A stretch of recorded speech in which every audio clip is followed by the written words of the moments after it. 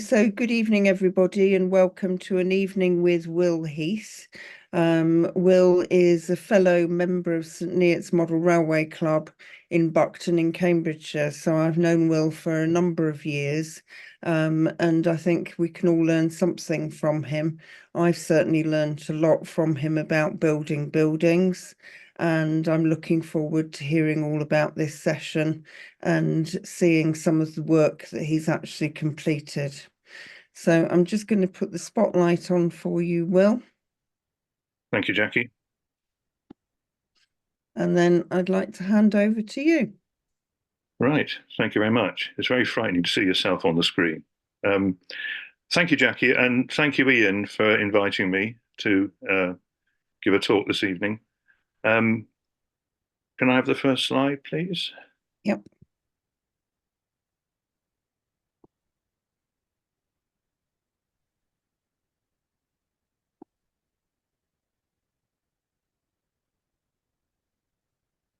Lovely. Can we get that if I can just go into slideshow, Will, and then it's all ready for you. That's lovely. That's me. And the next slide. So, good evening, everyone. Thank you for dialing in. I'd like to take you through these headings this evening. To start with the background, I'm going to touch briefly on my interests and model railways and how it all started, so you've got some idea of where I'm coming from. I'll touch on the retirement project that kind of saved my life in retirement, and how St Neots Model Railway Club were able to help me in getting onto the exhibition circuit, and particularly Jackie, who I'm indebted to, and then cover some buildings I've built and how I've done it in terms of methods. And then at the risk of teaching Granny, I'll just show you the tools that I use and the materials that have worked for me. And then at the end, I've labeled it top 10 tips, but actually it's the kind of lessons that I've learned in the last 5 or 6 years that I've been grappling with 7mm modeling of buildings. The next slide, please. What I want to emphasize up front really is that this is not a best way to do it. I'm merely sharing my experiences with you, and that will include both some 2mm modeling, which is where I started, and more recently 4mm modeling for other people's layouts, as well as the Bowwaters project, which Jackie and I talked to you about last year, and the buildings there, and the lessons that I've learned in getting to grips with 7mm modeling. So first of all, next slide, please, and the next. This is the first of the background. This is where it all started.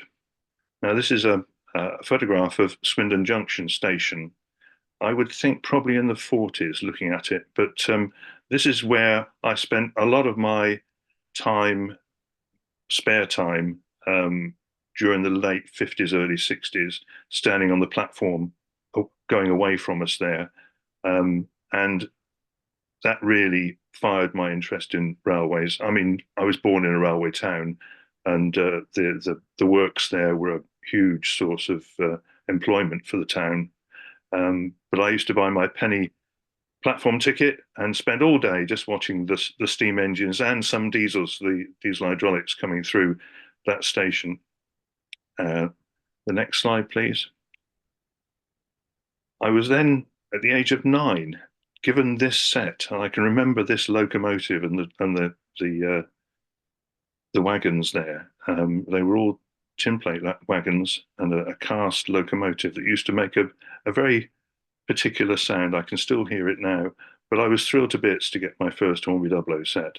And over the years, I added to it until at the age of 19, I went to university, and it was all packed up in a big suitcase and I left it at home.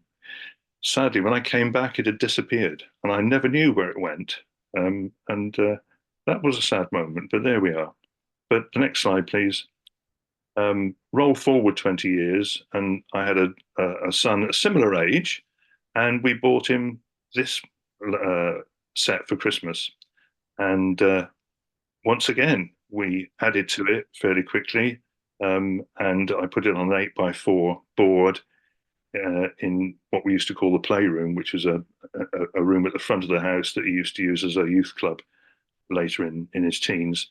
And sadly, he didn't play with it much. I think, in all honesty, it was probably bought for me. But that was the model railway part of it in my 30s and 40s.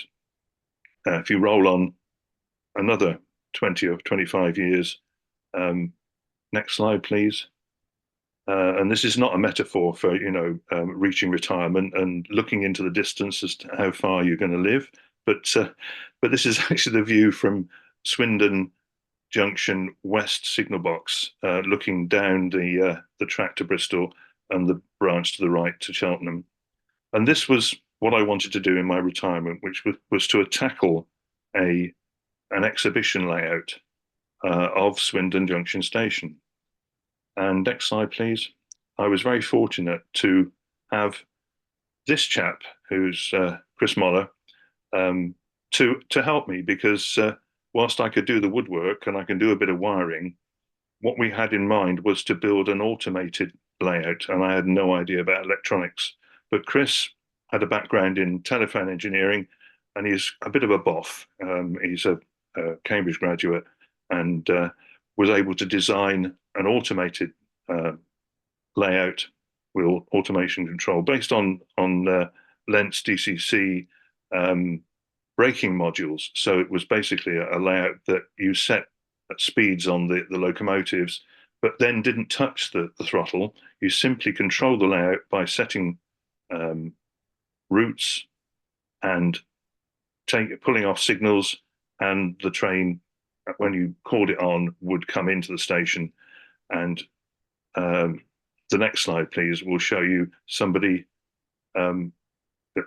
Right, this is the two control panels. It was a front operated layout, one control panel one side, one the other, and this is how you operated it, with the switches at the bottom basically mimicking the major levers in the two signal box in east and west. Next slide, please. And here is a couple you might recognize, actually at Worley.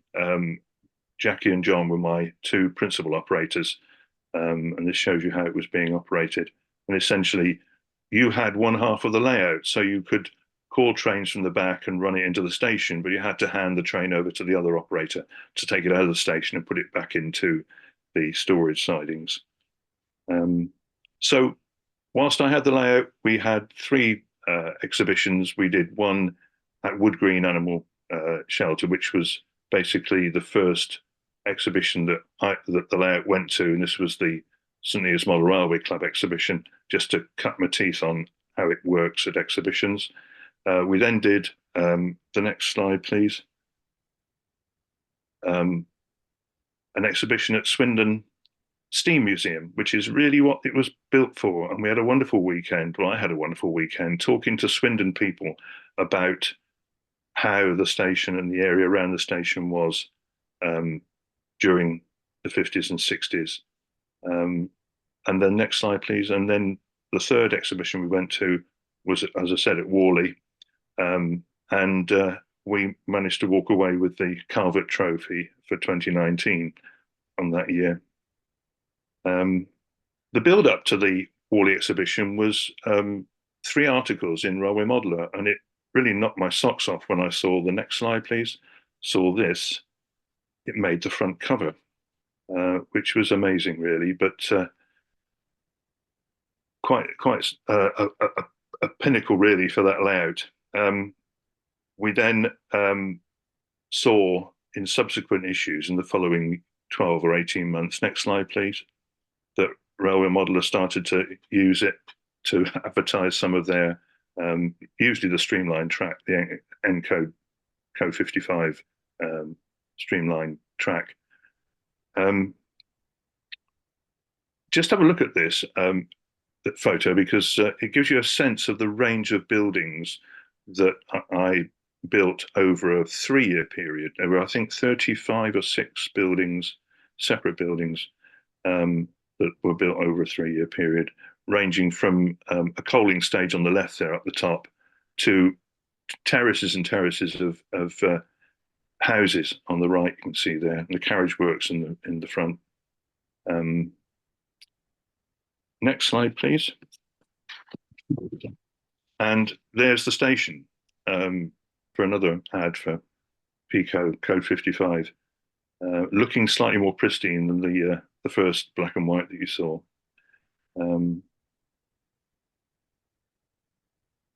Sadly, I say sadly, we moved house, and sadly I couldn't keep the layout because we didn't have time, didn't have the space to store it or indeed put it up. So it was transferred to Neil Mason at the little layout company, who now owns the layout and still exhibits it. Next slide, please. But St Neots Model Railway Club really gave me the opportunity to start modelling in 7mm with this Bowaters layout, which you saw some of last year. And also, next slide, please. A member's layout, another member of the club's layout of Kim Bolton Station, where he asked me to do the station building for him in 4mm. So this is really where I cut my teeth on 4mm and on 7mm. And it's that I will talk about mostly now in terms of what I've learned, the techniques and materials. Next slide, please. So if I do that, I'll just show you some of the buildings that over the period, the last 6 or 8 years that I've been building buildings. Next slide, please. There's a series of 3 here, just to give you some idea of what you can do with Metcalfe builder sheets. And that's all this is really. And all the buildings on the Spirit of Swindon were made using the Metcalfe builder sheets and their windows principally. This is the Mechanics Institute, which is, sadly is still is in a terrible state in Swindon. They keep trying to raise money to restore it, but it's a magnificent building.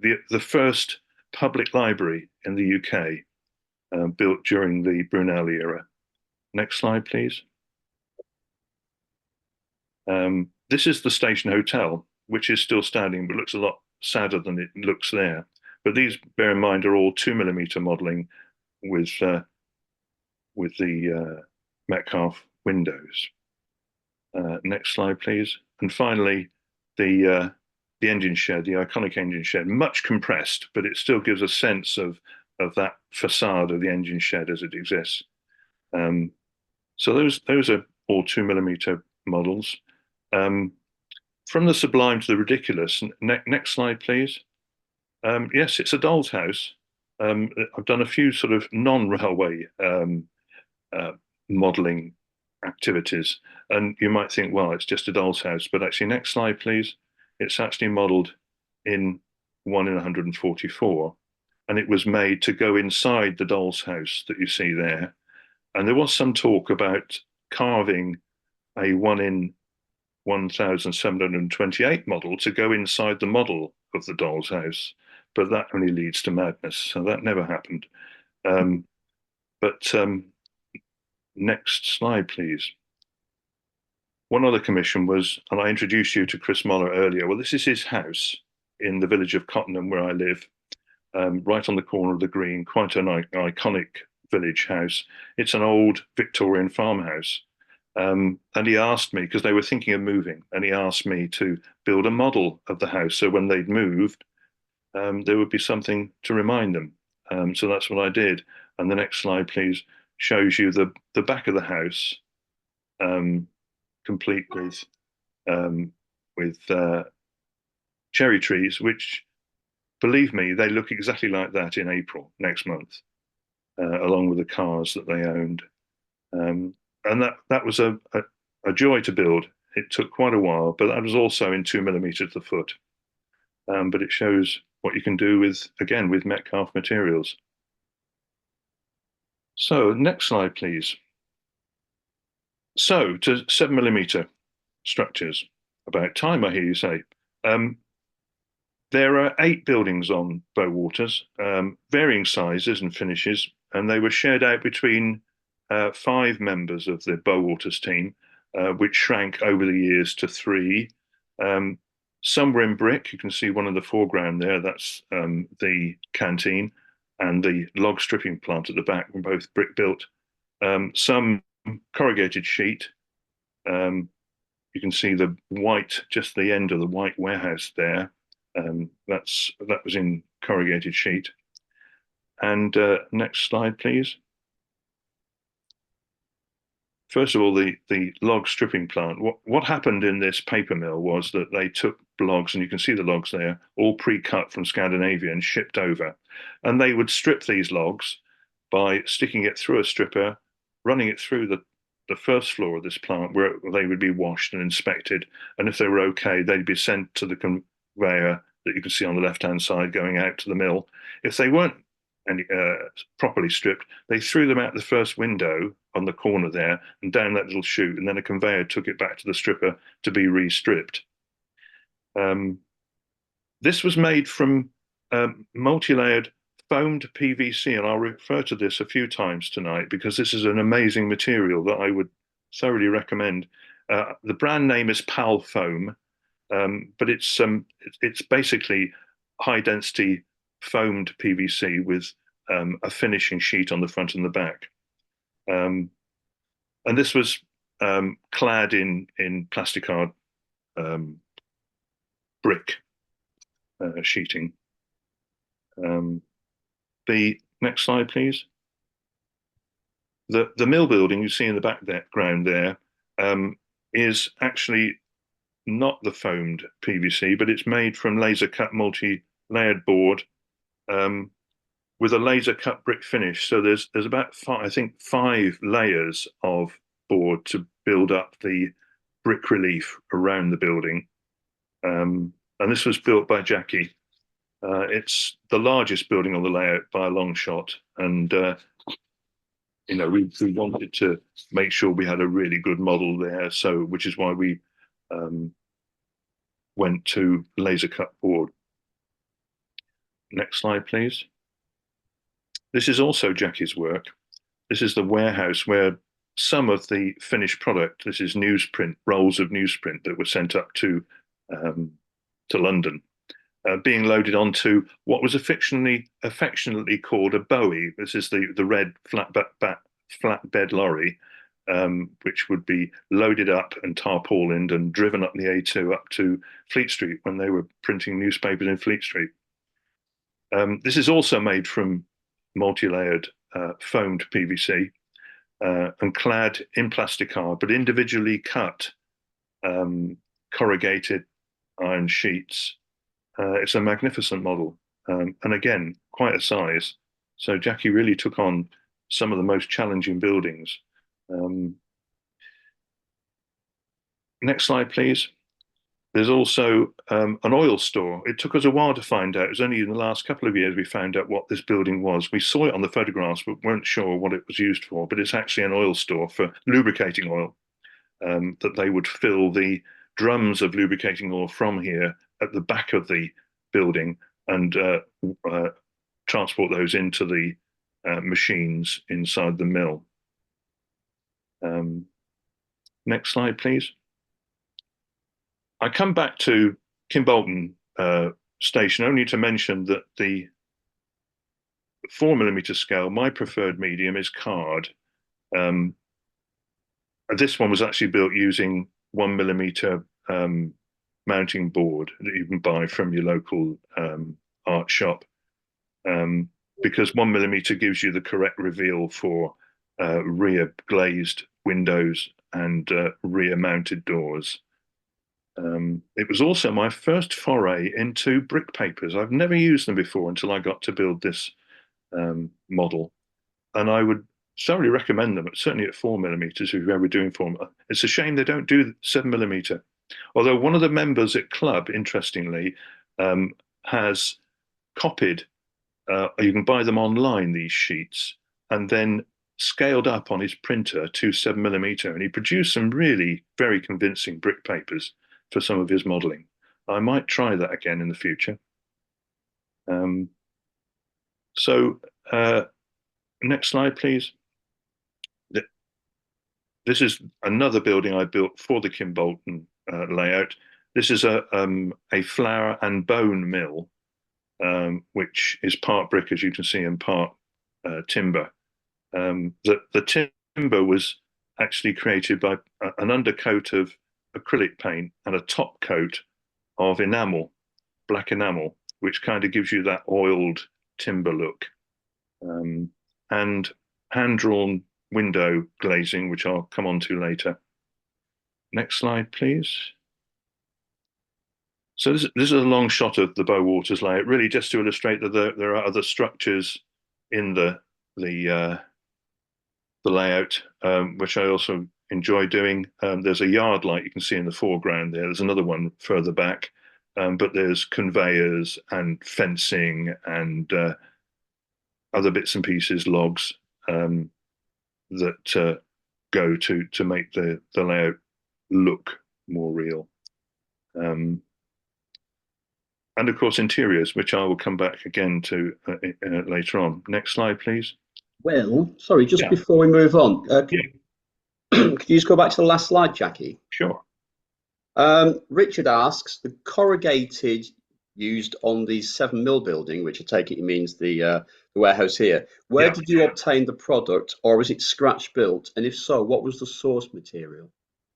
It is actually plasticard corrugated iron, which we buy in copious sheets,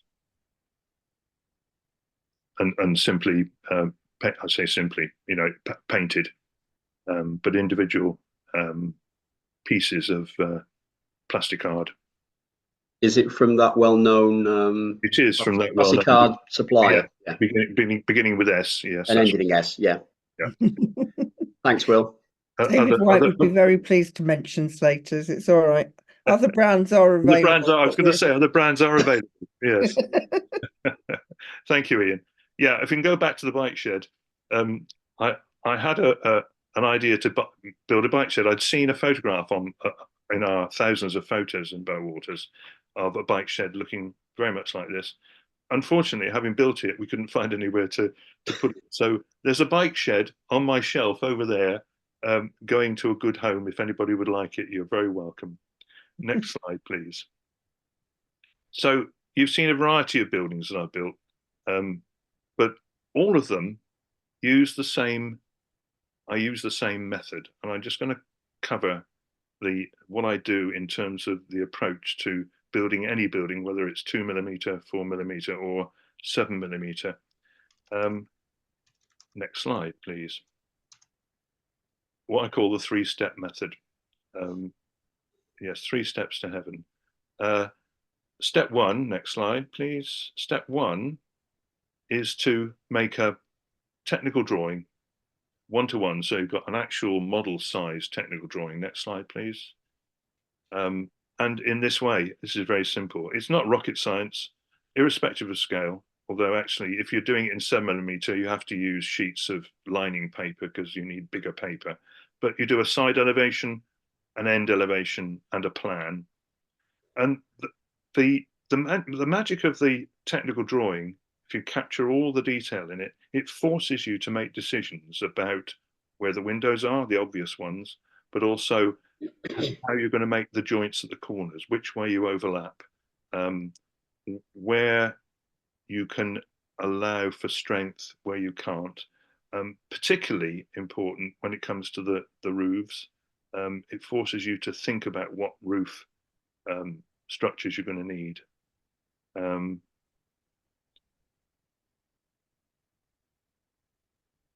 And any detailing, of course, drain pipes, whatever, where they will be sited. But it forces you to make sure that you've got your head around all the details before you even start thinking about making a structure.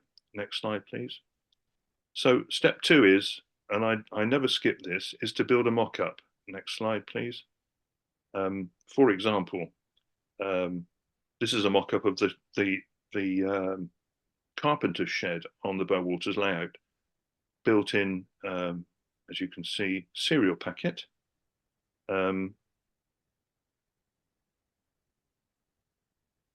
So this gave me a chance also to try cutting the window bars, which had to be done with a craft knife. I'll come on to that later, but also cladding it in wood so that it looks like a shed, and where the door goes and what size the door is and so on. Next slide, please. So here's what we were doing with some fairly basic mock-ups of the Bowwaters layout, and this is an early stage. That's the plan, the track plan, built on, drawn on 2 sheets of lining paper, with the buildings in place, and you already begin to get to a sense of how the buildings are arranged and how they look as a collection, to make sure it, it actually looks right.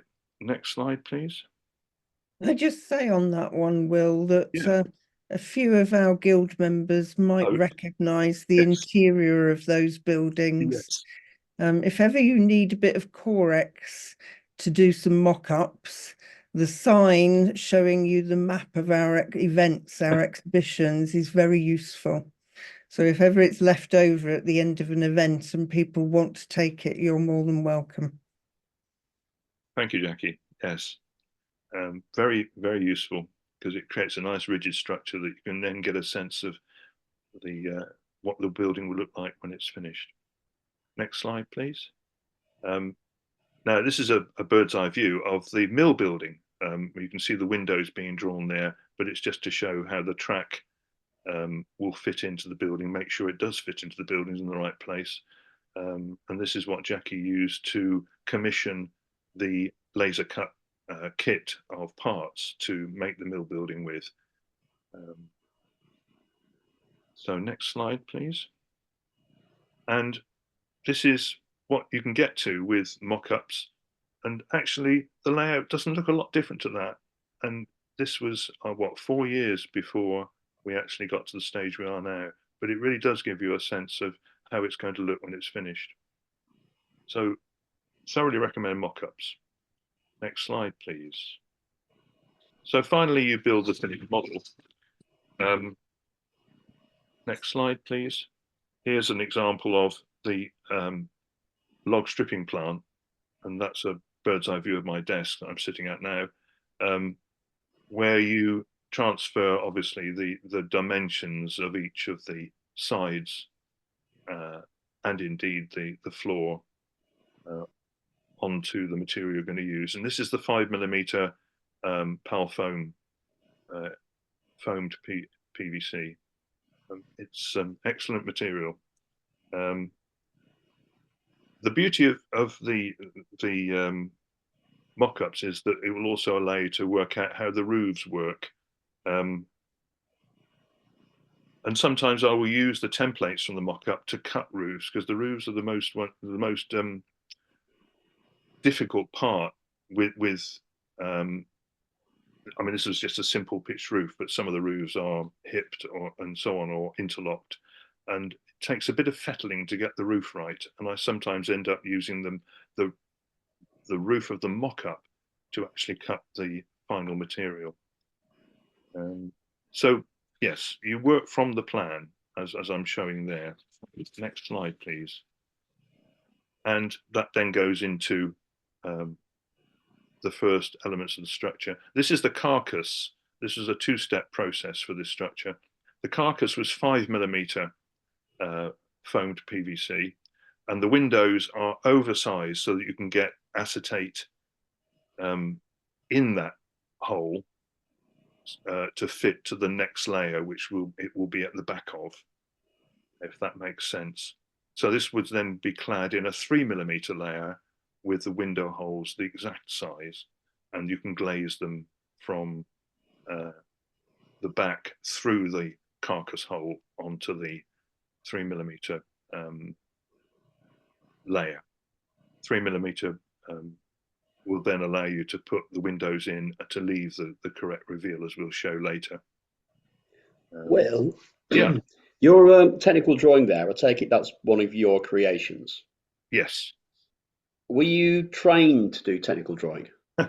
It's interesting you should ask that, Ian. People have always have asked me that a number of times. No, I've got no training in technical drawing, but it's just basically self-taught, and you draw what's useful. Yeah. And the beauty of doing it the way I described it earlier is that you can transfer, and I'll show you how I do it in a minute with the tools. You can transfer the dimensions of the side elevation to the end elevation, because it's the same thing, just by continuing the line along. And the side elevation to the plan, some of the dimensions, you just continue the line along. So it just makes life simpler. Yeah, it's quite interesting because obviously, probably a lot of our members here tonight, a lot of people taking part in this session will probably be concerned about thinking about technical drawings, but you can show that even for somebody like yourself that wasn't trained in that No, skill, not at all. you've managed to pick it up and learn it and adapt it for your own needs. Yeah, no, absolutely. I mean, I just find it makes it so much simpler Yeah. to actually make a building. You're not guessing, you're actually working from a drawing. And of course, doing the drawing itself makes you intimately informed about the drawing, the building, and how it goes together, and the parts that are difficult and the parts that are easy. And Yeah. you use the drawing to actually size the parts that you're going to make. So it's a bit of a no-brainer, really. Excellent. So there we go. That's the carcass. Next slide, please. And this is roof trusses, which again looks complicated, but actually very simple. It's also foamed PVC. It just shows you how fine you can get with this material, and it's still strong. Of course, I have to say that whilst you're building the carcass, as with whatever materials you are using, assembly is the last thing you do. If there are other jobs that you can do that are easier on the flat, then do that before you assemble it. So next slide, please. And of course, fitting a floor, which I've done there, actually is the first floor, allows you to start to build interiors. And all the buildings on the Bowwaters layout have detailed interiors, because we were intending to light them, because this is a day and night layout. So at night, all the building lights come on and you can see there's stuff going on inside. This is largely fictitious, but I did know that there was a conveyor going through the building, coming in at one end and going out the other. And I just made up what a washing plant might look like, with tanks of water and pumps and whatever. And as you can see at the end there's a point where the operator would hook the log out that wasn't done properly, draw it across the floor and chuck it out that end window on the left and down the conveyor to be restripped. But no, putting floors in not only gives you strength, but it also allows you to build interiors. Next slide, please. And this is it, with 2 layers of foamed PVC and clad in a layer of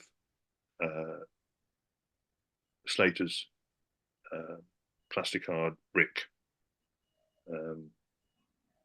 Now the brick cladding is pre-painted, so it's not painted on the model.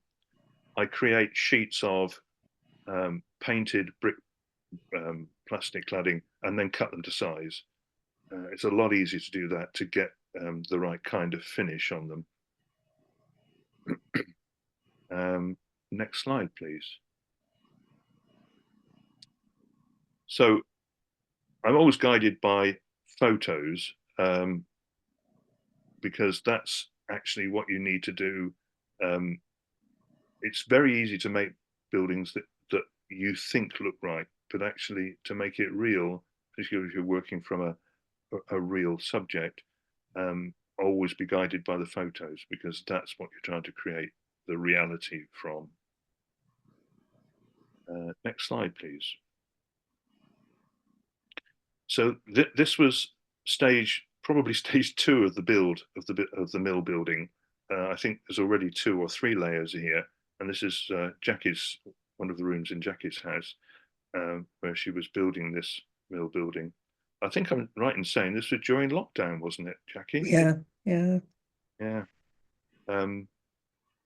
So not all the Boywaters buildings are plastic. This is actually laser cut board, and as I say, it's beautifully done. Next slide, please. That's the other part of the mill building, and you, as I say, you carry on adding layers to create this brick relief in a convincing way. Next slide, please.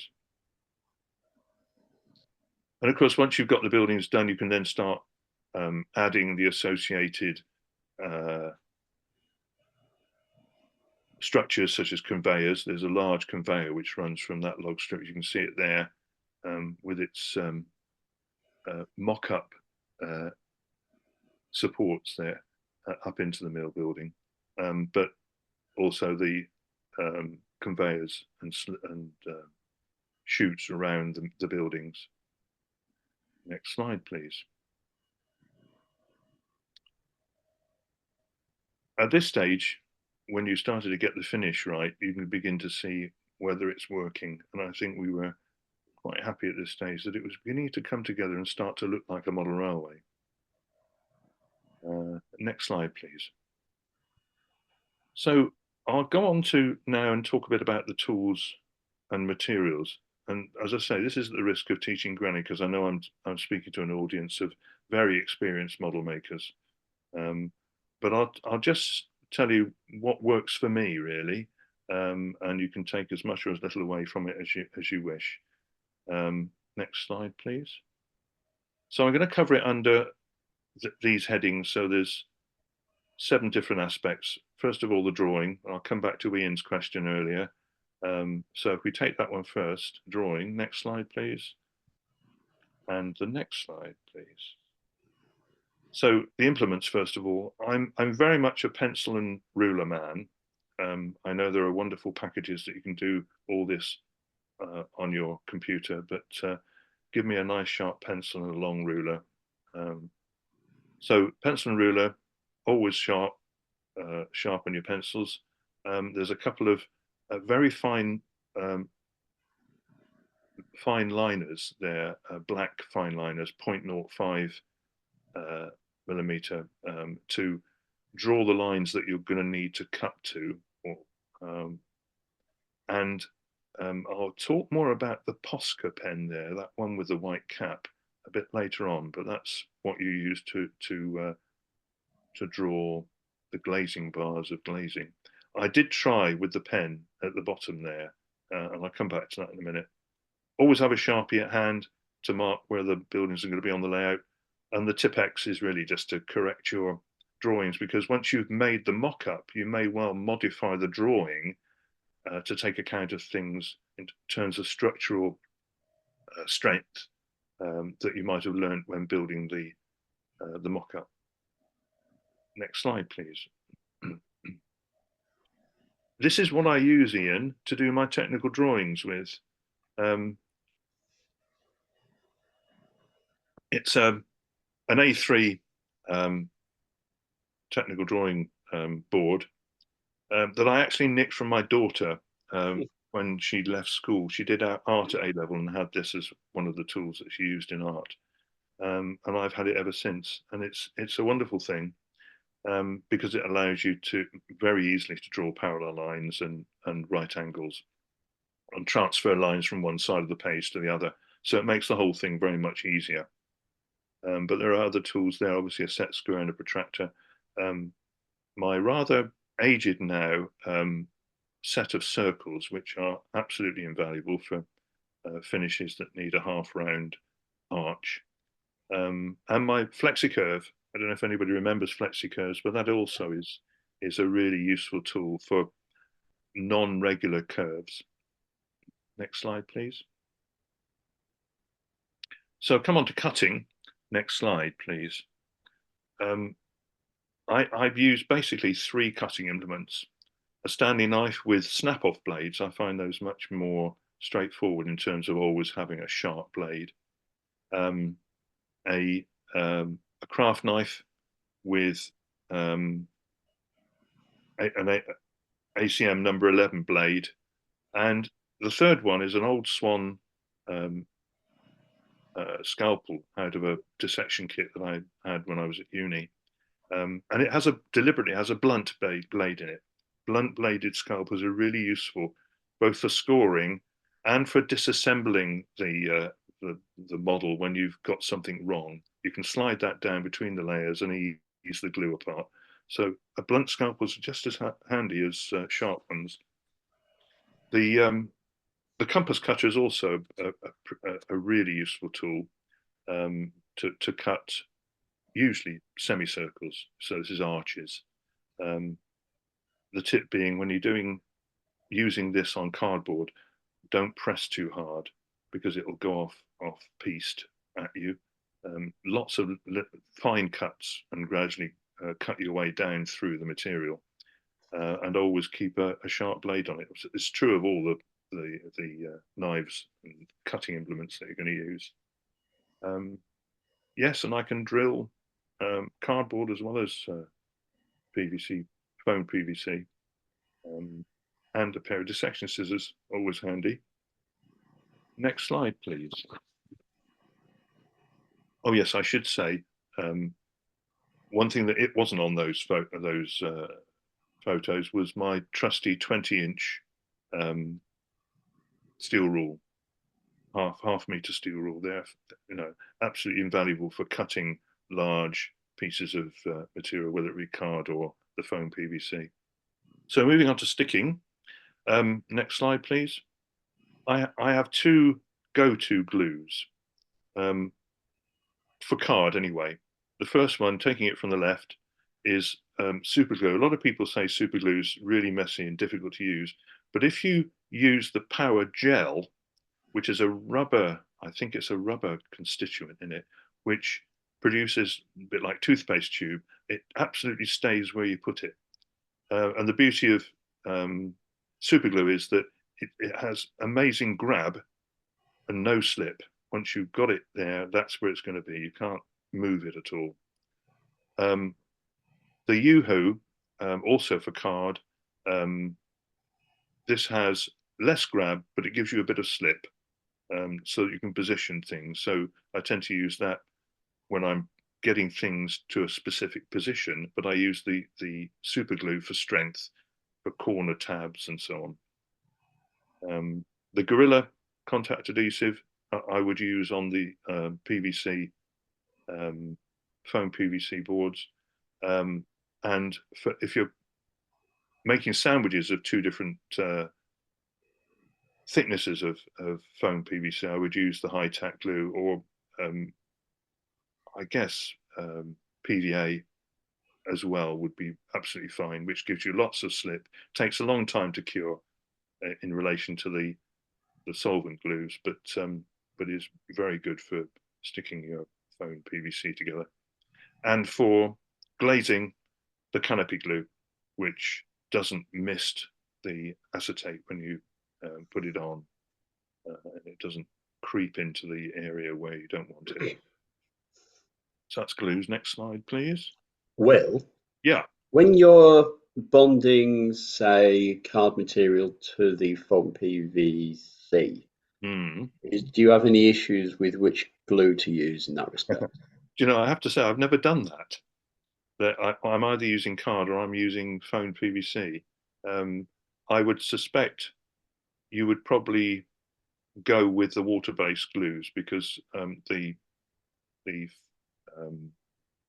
solvent-based glues, obviously, there's a risk that it will eat into the foam PVC. Yeah.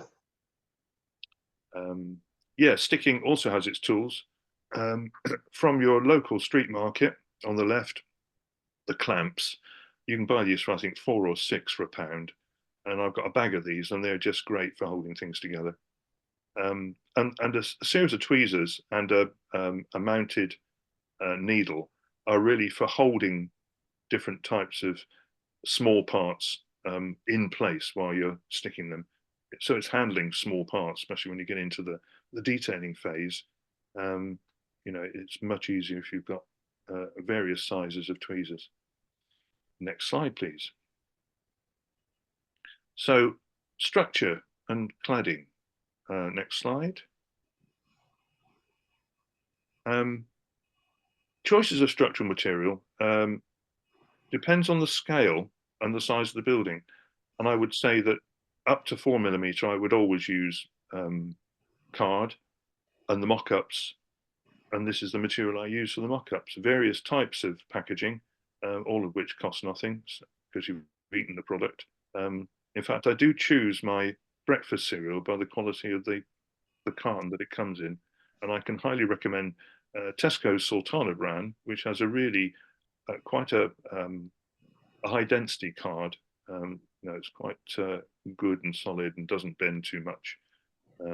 The all brand cartons are slightly softer and not quite as rigid.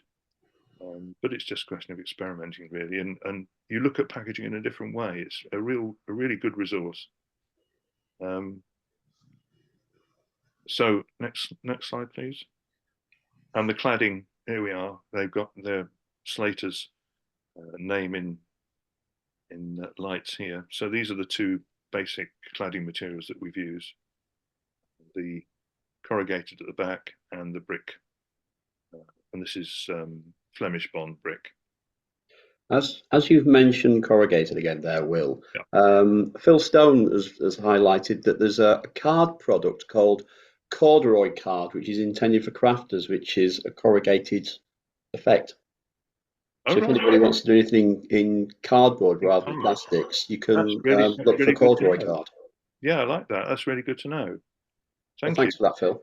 Yeah, that's brilliant. Thanks, Phil. Next slide, please.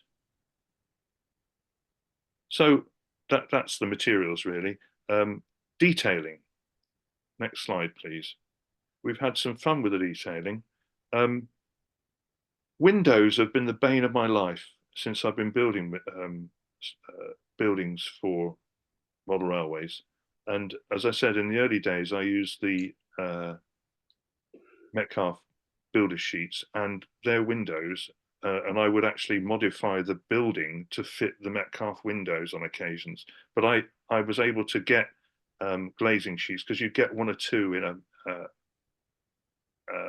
actual model that you might build, but they're quite happy to sell the glazing sheets separately and in quantity, and I did that quite a bit with them when I was building the Spirit of Swindon buildings. Next slide, please.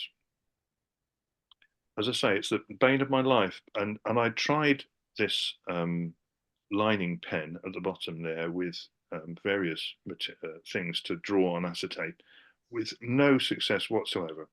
I really couldn't get on with it. But I discovered these Posca pens, and they are fantastic, and I would highly recommend them. They come in different sizes of point. They're basically a felt tip with acrylic paint in. And it ends up being a fine liner. These are white. You can get other colors.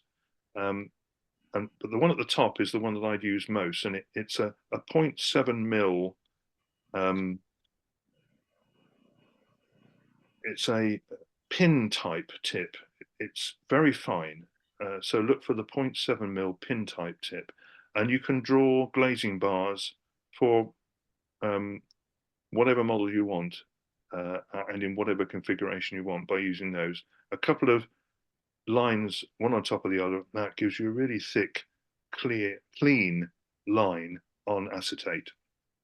Absolutely magnificent. Next slide, please. Having said that, when it came to Bowwaters, we decided to standardize our windows and fork out for laser cut windows from L-Cut. And I think you'll agree that they're so finely cut. There is nothing clunky about that window at all, in my opinion.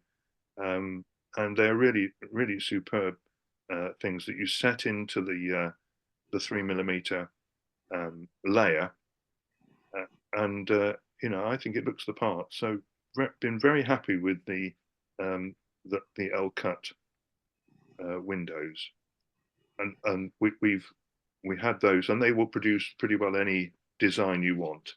and we've standardised on that material and that supplier for all the windows on the bow waters, because we feel that it's a good fine scale kind of effect. Next slide, please. We also found for our gutters and downpipes, a company called Model U. They do 3D printed fittings at all scales, including 7mm, of all the bits that you need to build your drain pipes with. They are very nicely detailed, but as with all 3D printed, excuse me, I'll have a drink. All 3D printed things, they're quite brittle and have to be handled carefully. And if you're drilling them or cutting them, they can just shatter. But they really are great for nice detail. Next slide, please. And this is a gutter, an end-on look at the gutter, and it's beautifully done, complete with the connector on the end. You can see this end, the one nearest you. Next slide, please. And this is it in situ. I think you'll agree that it actually does look the part. It's quite convincing.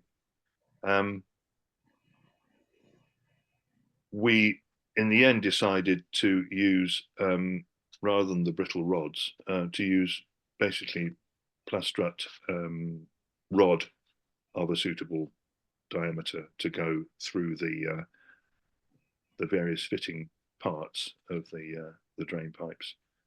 You find you sometimes have to ease the fittings to get the rod through it, but it ends up, being a very nice finish.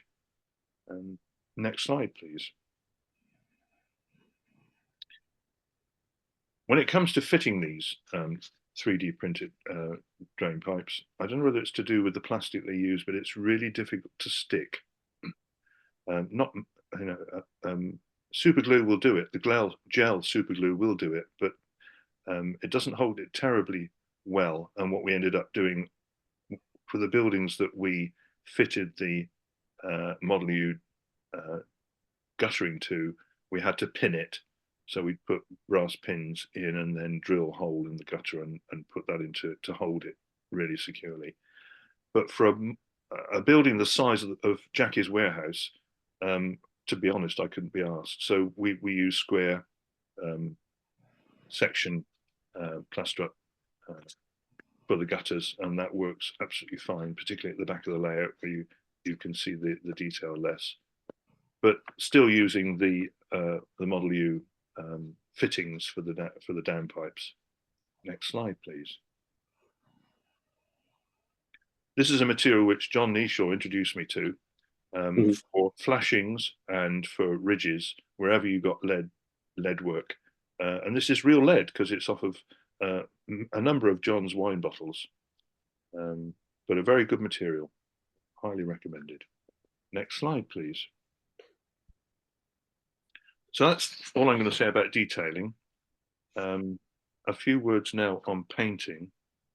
So what about paints? Next slide, please. Ooh. As I said earlier.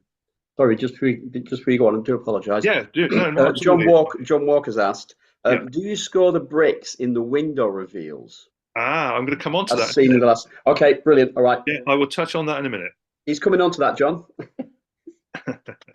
Good question.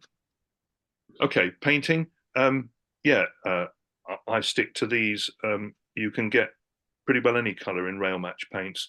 The ones at the back are the acrylics, and the ones at the front are the Humbrol enamels. And you can get some very interesting effects by using enamel paint on card,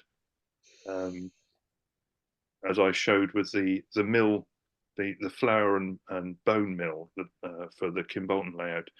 That was enamel paint on card with an acrylic undercoat. So it's worth experimenting. And in the front there, to the right-hand side, the chipping medium, for those of you that haven't used this before, this is what was recommended to me by another member of the club for creating realistic rusting effects. And I'll come back, I think, yes, I'll come back to that and describe how it's done later. Next slide, please. Of course, spray paints always feature, especially for undercoats. My favoured undercoat spray for the brick sheets, the plastic hard brick sheets, is Halford's red undercoat, which creates quite a red brick finish, but when you then do pin wash on it with off-white, gives you quite an interesting effect. I'll touch on that a bit later. Next slide, please. And this is the brick effect. Now, that starts life as quite an in-your-face red from this Halford's red undercoat primer. And so when you've got the sheet sprayed, and this is done on the flat before you even cut it and fit it to the model, you then pin wash, and by that I mean you take a little bit of the mortar colour, which is a kind of off-white, touch of cement colour about it, a bit of cream, and you touch it on the mortar lines, and it gets drawn in by capillary action into the mortar lines. And as you apply plenty of water on it to start to clear the acrylic from the brick surface themselves, it leaves some behind, and it dries into what you see there, which is kind of a mixture of efflorescence and it's fairly random, a kind of kiln marks and efflorescence, and to my eye it looks quite convincing, and that's how all the brick effects were created on the Bowaters buildings. Next slide, please. I talk about a word about rust. The rust effects on the roof here are done by starting with a rust color, a red rust color, as an undercoat, usually acrylic. In fact, this is all done with acrylic paints. So you paint the whole thing rust color, and then you apply a layer of chipping medium, which I showed you in the bottle earlier. And then you paint, when that's dry, you paint over it with the finish color that you're going to use. This has been weathered as well, but a light gray, I think, was the finish color. And let that dry. And then when you want to reveal some of the rust, you simply apply water onto the dried acrylic paint and rub carefully, not with a metal scalpel, but with, say, a piece of plastic rod, just to take the top layer, the finished color layer off, and it will reveal elements of the rust red underneath, which, you know, when done randomly, creates quite a reasonably effective finish. Next slide, please. Finally, a couple of words about weathering. Personally, I think weathering is essential for a convincing building. It's probably true of rolling stock too. Next slide, please. And what I was introduced to, and again, it's I've learned all this from another member of the club. He's been using Vallejo washes for years, but swears by it. And they're really easy to use. They've got a flip top on them and a little nozzle which allows you to put drops onto a brush. They come in various shades of grey, black. The black, which is the left one, I think, is quite strong. So you need to have plenty of water handy to knock it back with water. It's simply just acrylic paint, dilute, very dilute acrylic paint. The greys, and you can get various shades of grey, allow you to creep up on the weathering by applying layer upon layer, let it dry, apply another layer, let it dry, apply another layer, and you gradually build up your kind of dirty effect. Next slide, please. And you can get quite a convincing weathered feel. The roof hasn't been done, you can notice, but the walls have. And that was all done with greys mostly, and then applying darker to the bottom edge. And I think John Neeshaw would say you always, and he will correct me if I'm wrong, you always apply dark up and light down. I think is the general rule he applies to. So you run a dark line along the bottom and then draw it up with water in the brush to create the effect. And you know, it's if I can do it, I guess anybody can do it, frankly. And it's turned out to be quite an effective product to use. Next slide, please. So, top 10 tips. Here's some lessons that I've learned in my time, particularly with the 7mm scale buildings. Next slide, please. The first is, I say plastic there.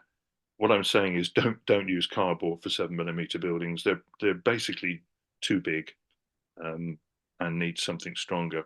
The thing about plastic is, and wood for that matter, is that you have to cut them with something other than a knife. You know, plastic sheet can be quite difficult to cut with a knife. Next slide, please.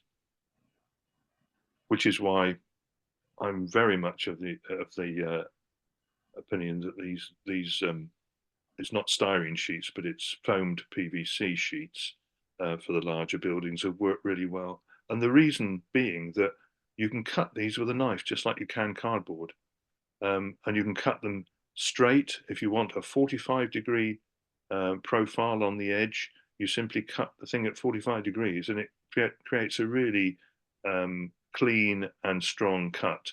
It's a fairly high density foam between the two layers of PVC, and really very easy to use. So yeah, this foam PVC sheet is really good.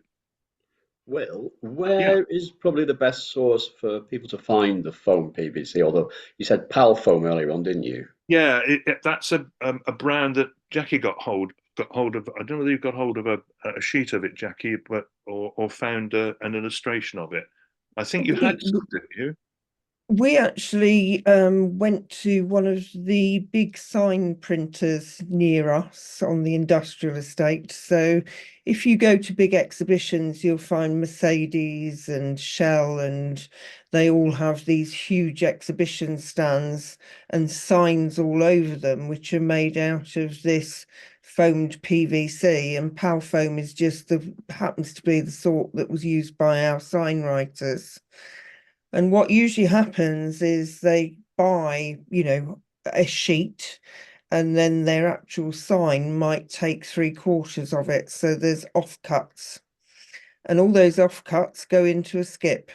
So if you talk to your local sign producing company, they print onto this foam board, and say to them, if you get any offcuts, can you let us have them for the Model Railway Club?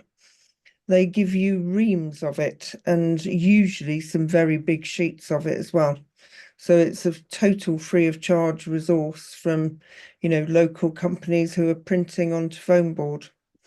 Or it's called PVC foamed board. Thank you, Jackie. Yes. So actually, the larger buildings of the materials have cost us nothing because of Jackie's contact with her local sign people. So that's the styrene sheet. Well, the foamed PVC sheets. Next slide, please. The laser cut board, which we used for the mill building, I think Jackie would agree, has been brilliant. It's a huge building and dominates the layout and needed to be right. And it's produced a really good model. However, we found very quickly that the laser cut brick finish on the outside is very fragile. We tried a number of things to stabilize it, various lacquers and sprays. And of course, every time you apply a layer of something, it starts to fill in the mortar lines. So it's great, particularly for what we did was to build up 4 or 5 layers of this material to create the brick relief. But when it comes to the model and handling the model, it's really quite a fragile finish. I'm not too concerned about it because actually it's part of the weathering. So we lose little bits of the brick and it just looks as if the brick's been chipped. You just cover it over with brick colour. But it's not a robust product for models that have to be planted, and that one had to be planted on the layout because it's too big to have fixed. Next slide, please.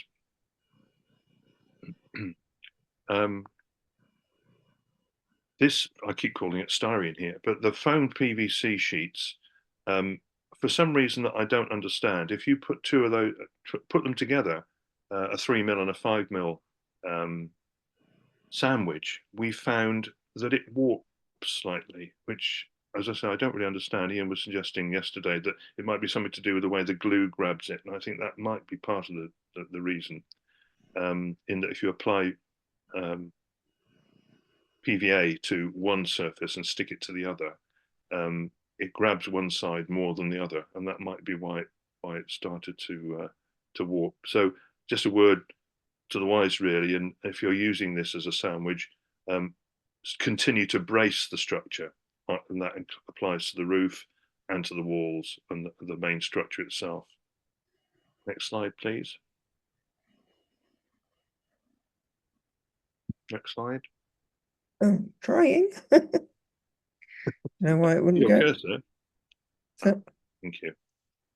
Yes, stating the bleeding obvious, but if you construct buildings with floors, that not only gives you strength, rigidity to the model, it also allows you to apply interior detailing, which we've done, as I said, to all the Bow Walters buildings, and it gives you a secure means of securing the model itself to the layout. And some of our buildings are stuck, some are. I've got red lines appearing in my slide. yeah, I have as well, and I don't know where they're coming from. John Neeshaw. Yeah, probably. Yeah, it gives you something to fix them to the floor. So some are screwed on and some are stuck. Again, a word, the warehouse building, which is in terms of, it's probably the weightiest fixed building on the Bow Walters layout. When it was packed up and put in storage, it did come away from its floor. So it's a question of making sure that you fix the floor securely to the model before you fix the floor to the layout, so the model stays where it is. Next slide, please. As I said earlier, we would highly recommend, it says investing, they're not cheap, but they are well worth it. These laser cut windows, I have to say, I think they look really great. Next slide, please. When you're doing your drawings and cutting your parts, do make allowance for the thickness of the materials. So that makes you decide which way around, which handage you're going to do the corner, fitting the corners together, which has the raw edge and which doesn't. Generally, I would put the raw edge on the side that isn't viewed. But of course, when you're cladding it in plastic hard brick or corrugated, it really doesn't matter. But if you get that the wrong way around, you'll end up with a building that looks very different in size and dimensions from the drawing which you've carefully produced. Next slide, please. This is the reference to the window reveals and door reveals. I didn't bother to line the reveals with plastic card brick finish. What I did was, before the window was put in, I got a triangular file and filed the edge of the foam PVC that the plastic card is stuck to.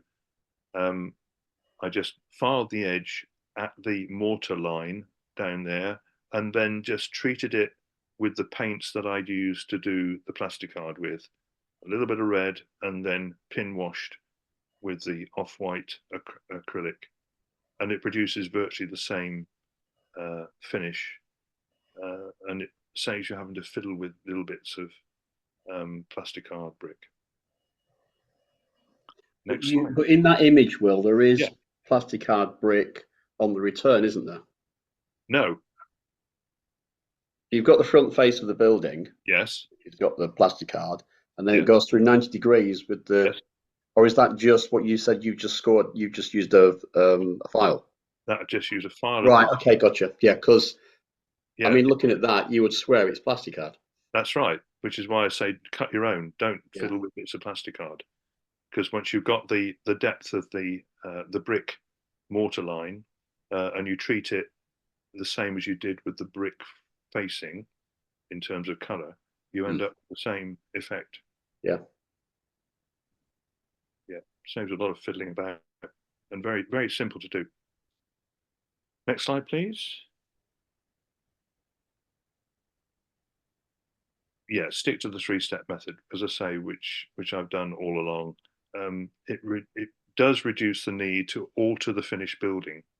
So often, if you're not doing a detailed drawing or not doing a detailed mock-up, you end up learning with the finished model, and that ends up making it perhaps not as clean or as tidy as you would want the finished model to be.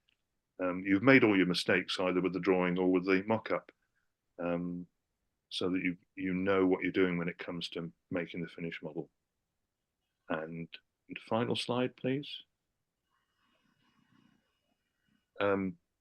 What we've done on Bowwaters is to make all our roofs removable, because we've got detailed interiors. And we know that something will come adrift inside or the lights won't work. So we make all our roofs removable, so we can get into the building without having to take the building apart to get inside. It sounds, again, a bit obvious, but it's well worth doing. And last slide, I think. There I am. Who's that bloke? Thank you to Paul Basin for that. He insisted I did a mugshot, so I thought I'd put it in there. Yeah, so thank you very much for listening. I hope there's been something there that you can take away. As you see and hear, I thoroughly enjoy making models of buildings, and I think it's the one thing that I enjoy most about railway modelling now. But as I say, thank you for listening. Jackie. Thank you, Will. I'm going to stop sharing. We do have a question from Graham Royston, or it's rather a query. He says, when layering materials, isn't it the case that you should have odd numbers of layers, i.e. 3 or 5? So have you found that with anything you've built in the past, Will? Odd layers of materials. Yeah, so rather than just having 2 layers, yeah, you have 3 because it should balance. Oh, I see. In terms of this warping effect. Yeah. Yeah, right. I never really thought about that, actually. You could well be right, but of course, the more layers you add, the thicker the walls are, which is good for strength. But you need to make allowance for all those layers. I suppose if you're doing cardboard for 4mm, you can get away with that extra layer of cardboard, can't you? You could. Yeah, that's true. Yeah, yeah. No, good idea. But I've no experience of it myself. Thank you for that, Graham. I think it's quite an interesting subject in terms of just 2 layers, or do we go to 3 or 5 to balance it? I will try that, because I'm about to embark on a mock-up of a building, a 4mm building, and I tend to use 2 layers of cereal packet, which creates my 1mm sheet. I might well try 3 layers of thinner cereal packet and see if that stays flat, because they do warp when you do use 2 layers, and maybe 3 is the answer. I will try that. Thank you very much.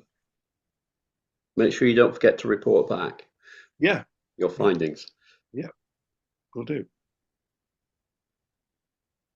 Okay, back to you, Jackie. Sorry. No, it's fine. And one of the questions I was going to ask was about building a real building. Do you just work from a photograph? And if that building no longer exists, how do you transpose that photograph into a technical drawing? Are you counting bricks, or how are you scaling it, really? Yeah, it's a good question. what I've done in the past, I think, when I've only got a photograph, is to look at structures which you know the size of. And one of the things that I use for that is doorways, which are generally a fairly standard size. So you can use that as, if you like, a fairly well guessed, 6'6" or whatever measurement, and then use that line on the photo, and then create by proportioning the rest of the structure, that face. Or indeed, if there are people in the photograph, that also helps to give you a sense of the scale of what it is you're dealing with. But looking for known structures or things in the photograph that might give you a measure that you can then use over the whole building itself. Having said that, for example, the project I'm working on at the moment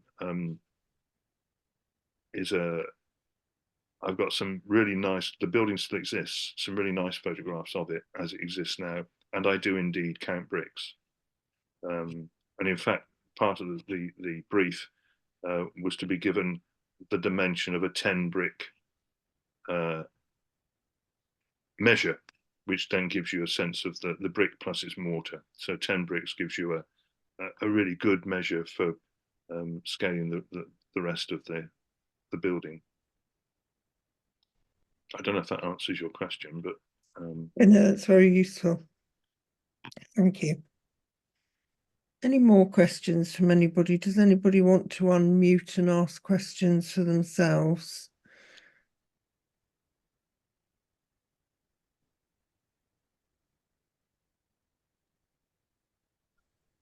Alex, got Michael waving a hand. Do you want to unmute, Michael?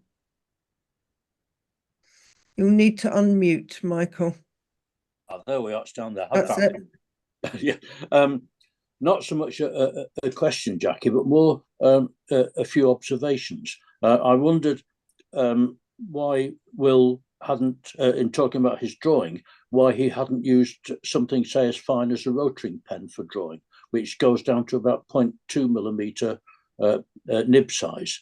I still do all my drawing on a traditional drawing board. This computer drawing technology is way beyond anything I can understand. Yeah, me too. And I've got an A2 size board rather than A3, but I always use a rotary pen for finishing the drawing, and I think I've got them in 0.2, 0.3, 0.4, and 0.5, I think it is, which I find very, very useful. And I noticed also one of the things about drawing is that I see you've used on your drawings the American projection, which is the first angle projection, whereas the traditional projection in this country is third angle, where the plant is below. And the point really is that you have to know what projection you're using, otherwise you get things the wrong way around, or can do so easily. Yeah, no, it's true, and that's happened to me as well. But now I've got no experience of technical drawing, so I basically draw what is useful for me rather than. Well, yes, indeed. The foam material that you were using, is that the same as the Foamex board that people use? Because that's a PVC sandwich. Yeah, Jackie, is it the same? It's not the thing that you can buy at Hobbycraft. Hobbycraft, you can buy what looks like foam in the middle with a layer of PVC either side of it. Yeah. This is much denser than that. Right. So it's actually it's more of a hard plastic. And if you look online, you can buy it. And I think they do call it Foamex rather than foam board. Well, foam board is the cardboard faced one, isn't it? I think the Foamex is the PVC faced one, which is what signwriters and people tend to use. Yeah. Because I bought some from one of the suppliers some time ago for a completely different purpose, and I just wondered whether, in actual fact, it was the same board that you were using, Will, or basically the very similar type of board that you were using. So I don't know. because I've not bought these other materials, but as I say, the brand was Palfoam.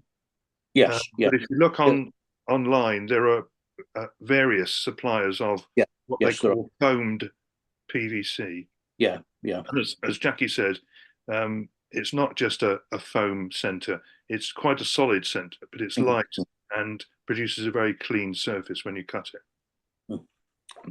And coming back to the business of warping, plywood is always, or when you got plywood that got proper layers of veneers, they were always in odd numbers.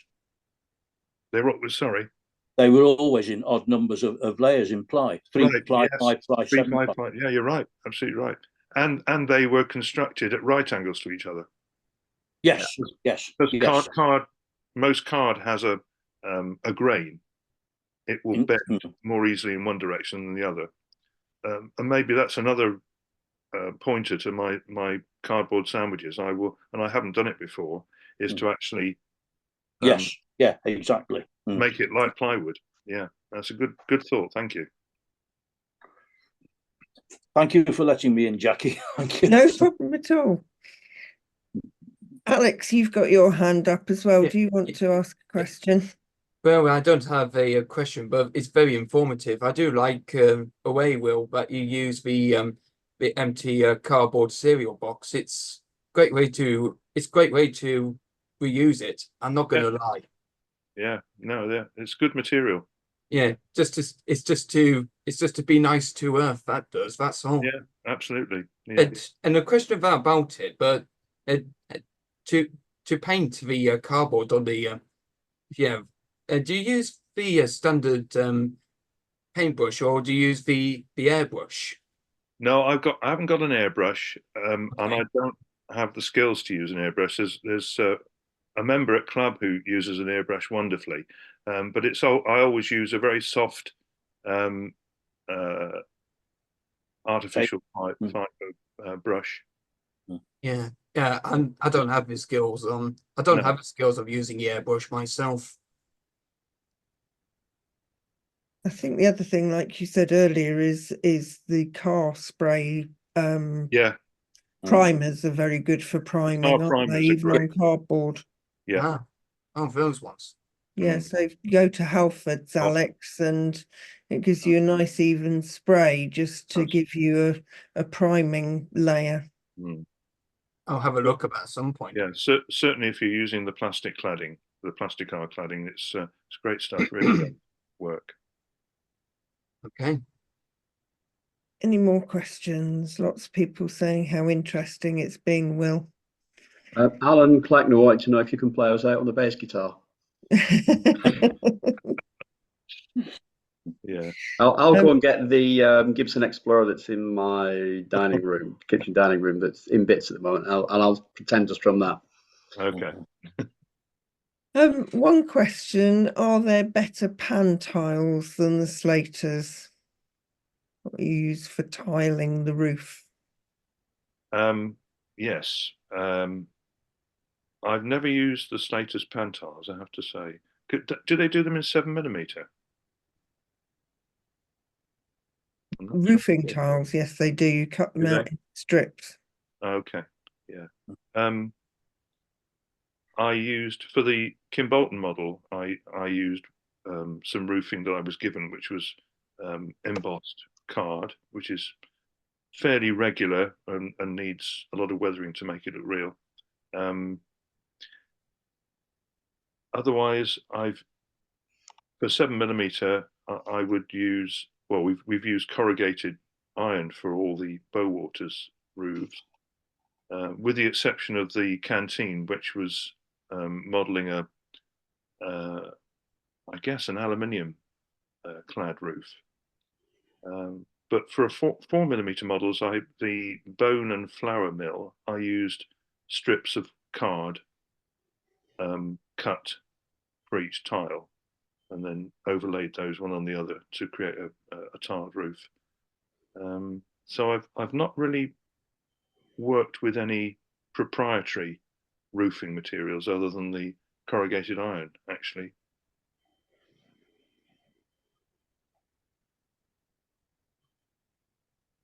with the card and with wood to some extent, it wouldn't work with brickwork because it would fill it in. I always tend to seal them with a layer of sanding sealer. The one that comes from, the one I use, it comes from Libron Waxes, I think, that used to be down at Lyd in Kent, but I think they've moved somewhere nearer to Hythe now. And I find that extremely good. It's like shellac with a small amount of talcum powder in it, basically. Right. Yeah. And that really seals the wood and the card against damp and so on. And it would probably help to prevent warping as well for that very reason. Yeah. One of the things that is an issue is the effect of humidity on the buildings. Yeah.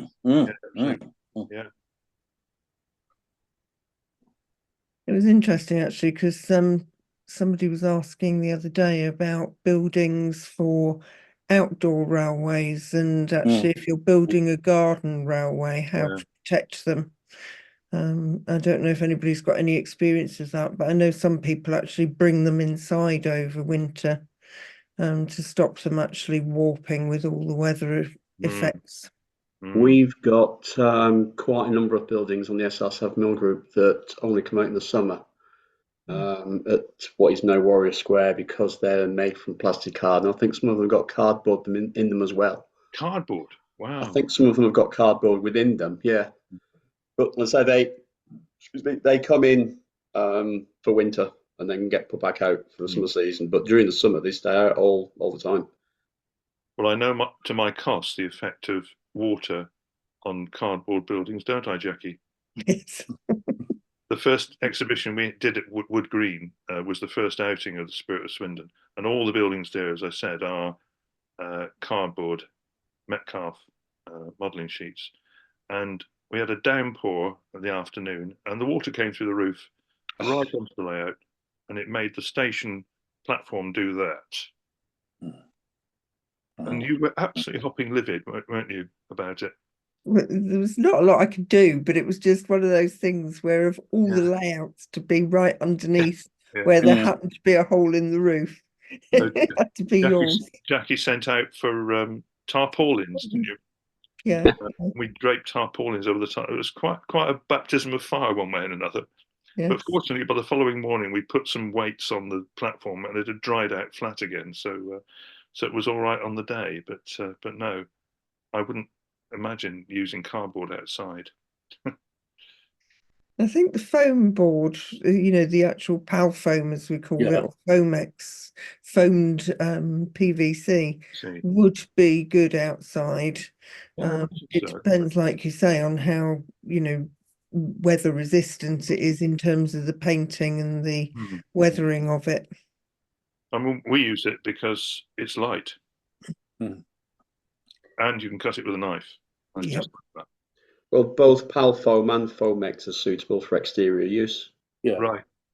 Yeah. Well, they're used for signs over shop fronts. And like that. Yeah, very true. Mm.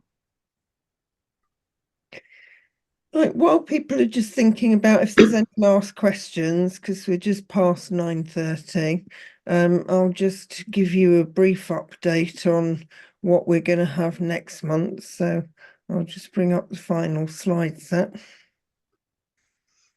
Let's go to slideshow, go away.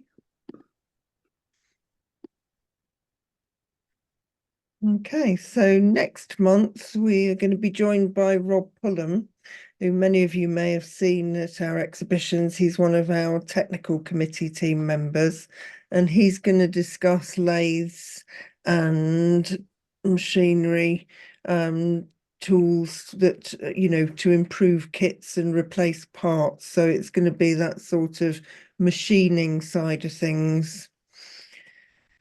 We've got various ones planned for the rest of the year now. This takes us up until June, when we've got Peter Reynolds in May. Can't see that yet, Jackie. You can't? Next slide. It clicked off.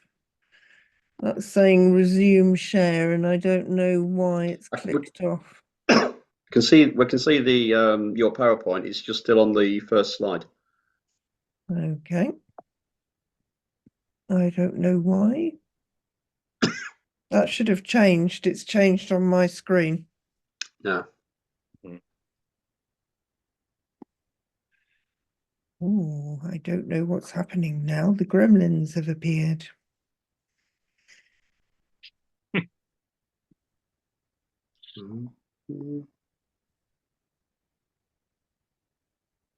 It's not coming up on my screen now for some reason. Right. Okay. Have you got it on yours? No. Bear with. I'll just see if this one comes back up.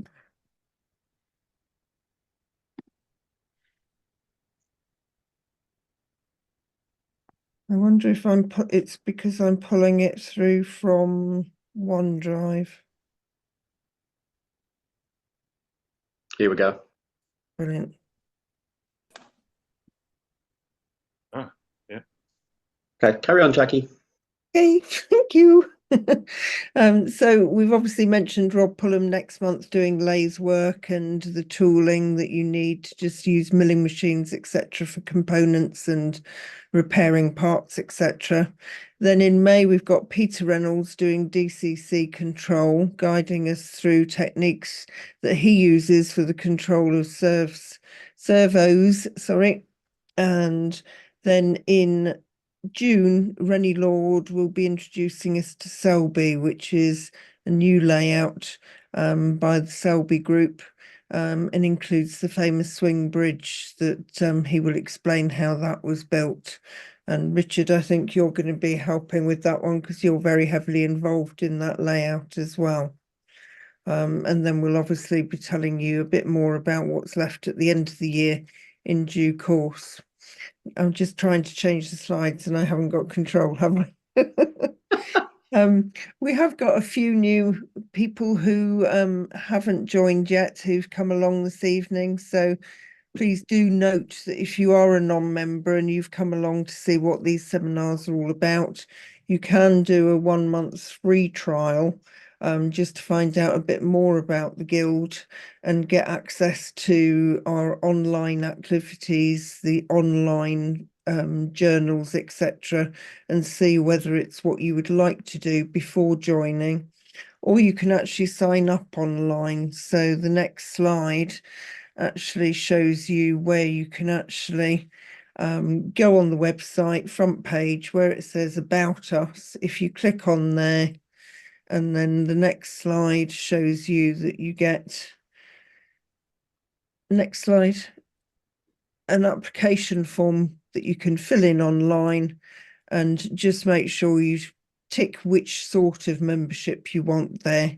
The 1 month online is free, and obviously full membership is only £30, which is very good value for a full year. It's less than £1 a week to actually join the Guild, and you have access to all these seminars which are free to members, as well as discounted access to the shows, 4 very good magazines each year. And we do virtual shows and skills workshops and lots of other activities as well. Next slide, please. So that's the join online, where you will find it under About Us. The other thing that's worth knowing is all of our evening withs are put onto YouTube. We have our own YouTube channel, which Ian manages, with over 600 videos now for people to look at. So there's an awful lot to learn from videos that are in the past. You know, past evening withs are all there for people to look at.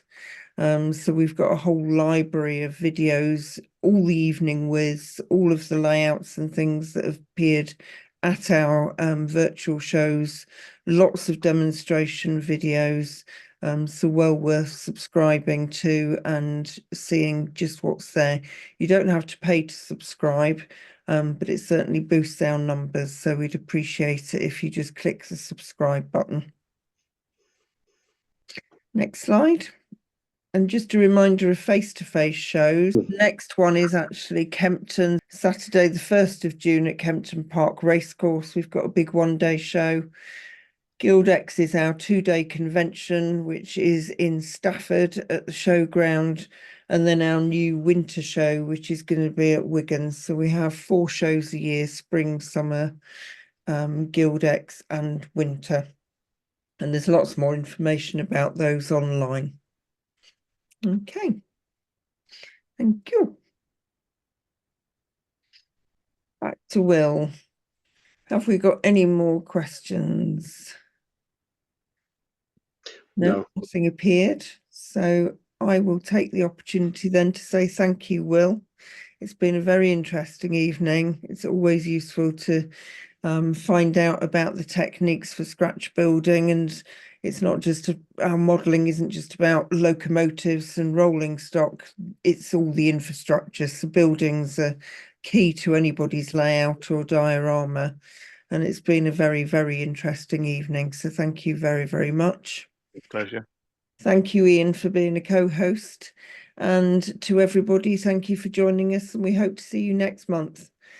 So always the 26th of the month, always 8 o'clock, because it suits our overseas guests, and we look forward to seeing you all again. Okay, thank you very much.